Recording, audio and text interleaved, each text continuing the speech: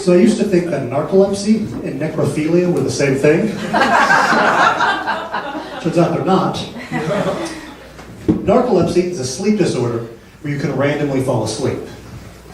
Necrophilia is a mental disorder where you like to fuck dead people. I learned about this difference when my date said, just letting you know, I have severe narcolepsy. You can imagine her confusion when I said, so does that mean I have to lie very still during sex? Or... so I am from Texas. So we're going to be from Texas in the house tonight.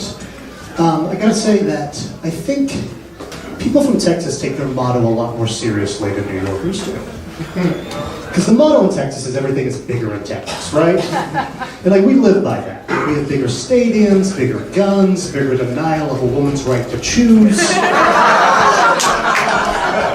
And the motto I always hear from New York is, if you see something, say something. And you guys don't live by that shit at all. I see a national tragedy on the subway every single day.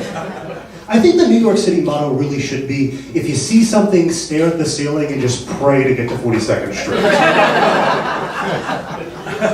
I was doing some shopping recently for work at American Eagle Outfitter. Buying some American Eagle fans, apparently. I was buying some work shirts, and the young lady at the counter says to me, "Thank you for shopping at American Eagle Outfitter. Be sure to tell your female family members about our most comfortable airy bras." That's a big fucking ass, right? Like, am I really supposed to do that? Be like, ring. Hey, Grandma. How you doing? I'm good. New York's good. I was really calling to ask Grandma, how are your titties? Are your titties comfortable? And you're sponsored by airy bras. Harvey Weinstein. He's a bucket of chuckles, I know. He was in the news recently because he defended his quid pro quo sexual behavior by saying I was ugly, poor, and Jewish. None of them are great excuses for sexual assault. But I do feel like Jewish is a particularly bad excuse. Because Harvey Weinstein never fucked anybody that was Palestinian.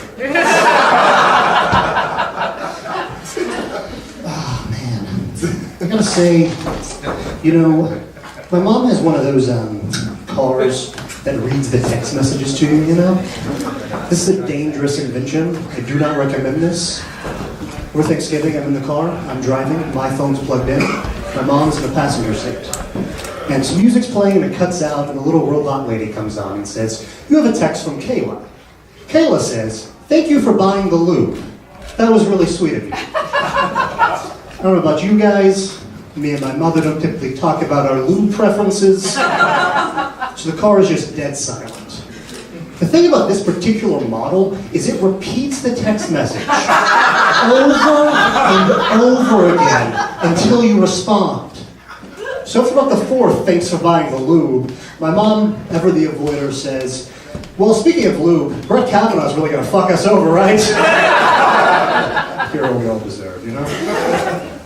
I do think it's gotta be exhausting to be a black person in America. It's a fun joke to do as a white man. I do think, though, it's never enough, right? Like, no matter what you do, no matter what you achieve, there's always somebody there trying to undercut you to get at you, you know? I heard a particularly egregious example recently during an interview with the rapper Prodigy. If you don't know who that is, which based on the lack of melanin in this room, Prodigy was one of the best rappers of all time. He also happens to have sickle cell anemia. And the interviewer took this really aggressive tone with his disease. He was like, "Prodigy, you're one of the best rappers of all time. So why can't you overcome sickle cell anemia?"